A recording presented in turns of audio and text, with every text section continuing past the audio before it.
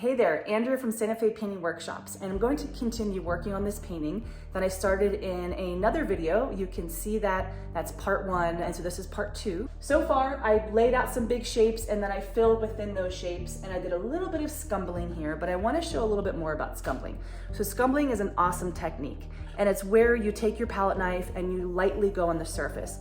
And I like to use scumbling when I'm trying to create highlights. And so what I'm gonna do is create some highlights on this with scumbling so you can really see it better. So now I've got a lighter blue here, and I'm just going to scumble once again into this area.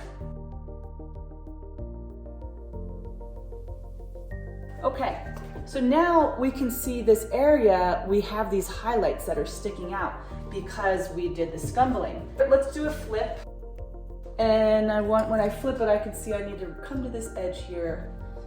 And I also see that I need to come off the edge here. I like to really paint off my canvas because then it feels like the painting has a life. It goes beyond this little world of my canvas, right? It's bigger than just my canvas. Okay, what I want to do right now is I'm actually just going to outline this part so it just sort of differentiates from the other shapes a little bit.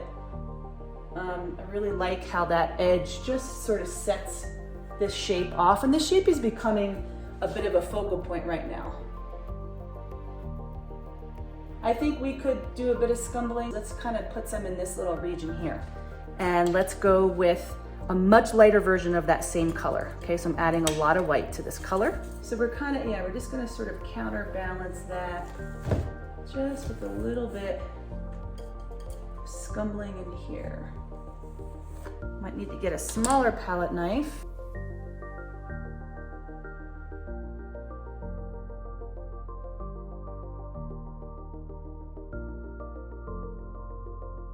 Okay, let's flip. So we have it here, we have it there, we have it there. Maybe we need it kind of over here a little bit. I think I want to go a little darker, so I'll just take this color and I'll mix it in just a little bit with that blue-black.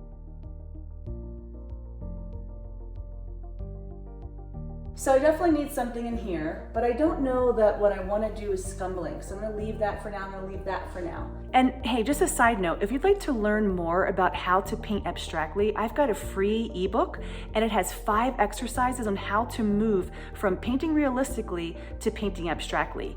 Even if you're a total beginner and you don't paint yet, you'll find a lot of value from these exercises. So go ahead and check it out. The link is in the description just below. I need more of this idea. I really like that. I think a little bit more filling in there. And so, as you add things in, other areas will pop out that need to have attention.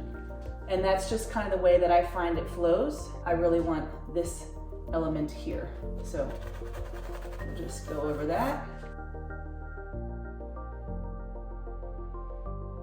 And I'm wanting to bring this up a little bit more. So we've got this, they're all converging maybe right here. Okay, I'm gonna flip this again. I actually want this one maybe to be thicker. So let's do that.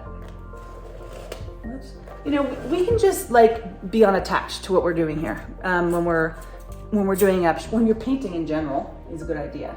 But we don't have to worry too much about, oh, I just messed up that area I love. I know it's hard when you feel like you're scared to do something because you really like how it looks, you don't want to mess it up.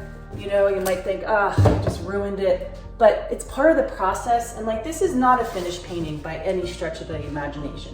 So if it's not done, I gotta do stuff to it, and I gotta take risks sometimes. And that's just part of the painting process. You take risks, and sometimes they look awesome, and sometimes they don't.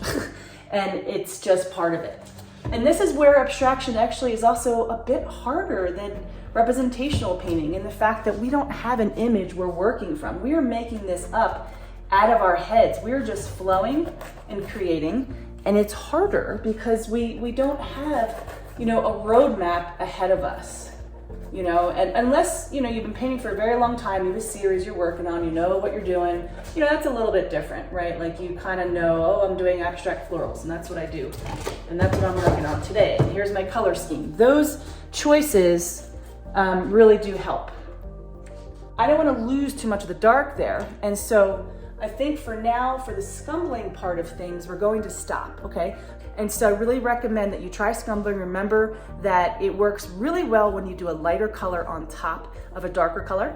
This wraps up part 2 of this series. I will have another video where I continue on this painting and show you more techniques. Thanks for watching.